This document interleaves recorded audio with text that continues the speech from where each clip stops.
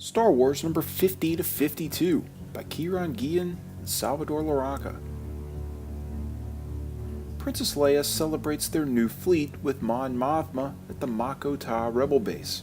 She casually talks with Queen Trios, who slowly slinks away, for no reason at all.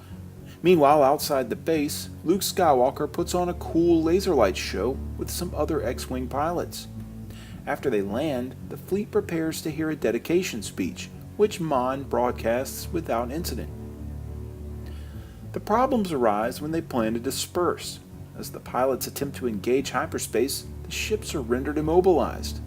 Leia tries to figure out what's going on, but when asking where Trios went, she learns that she left during the speech. Suddenly, almost the entire Imperial fleet arrives. Before bombarding them, Darth Vader tells his lieutenants to wait until their terror peaks. As the X-Wings prepare to launch again to fight back, that fear is realized. All of the ships are dead in the air, and all bay doors are locked, preventing the launch of any fighters. Vader blows up a nearby cruiser, and it's then that the rebels begin to understand the seriousness of the situation. Outside the base, Trios prepares her escape, but is boarded by rebels before her ship can retreat. She heads for an escape pod, but is unable to blast off before Leia drops a guilt trip on her. Han Solo and Chewie arrive late to see Luke's cool light show. Instead, they run into the Empire. Using shortwave comms, Leia informs Han that flying near the bay doors of the rebel ships will still open them by default.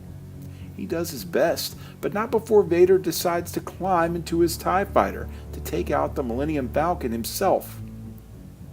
Han tries his best to evade the Sith Lord, but it isn't easy.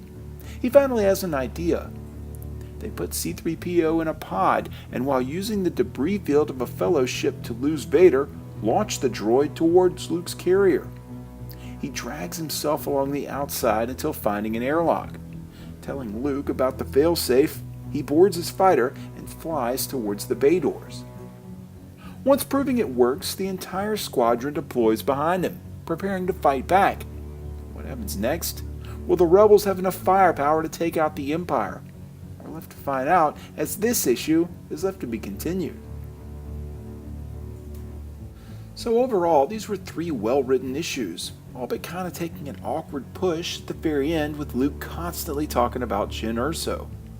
I dug the introduction of Benthic a few issues back, but there's no reason to just shove references down our throats. Okay, we get it. As far as Queen Trios being a traitor goes, it was a pleasant surprise. Gillen sold it pretty well in her being an Empire turncoat, and I wasn't expecting her heel turn. The battles were great, as well as finally sticking some Vader in the mix after such a long absence. I dig where they're going. I'd give number 52 about a 7, but 50 and 51 get a solid 9 out of 10. If you like this video, there's hundreds more like it, spanning several current and classic story arcs. Click the boxes here for more playlists. This video is also accompanied by my blog at nerdiestkidyouknow.com. You can also follow links to my Facebook or Twitter pages, as well as links to these very issues for sale on my eBay page by clicking below. For the Nerdiest Kid You Know, I'm Sam Torito. Thanks for watching.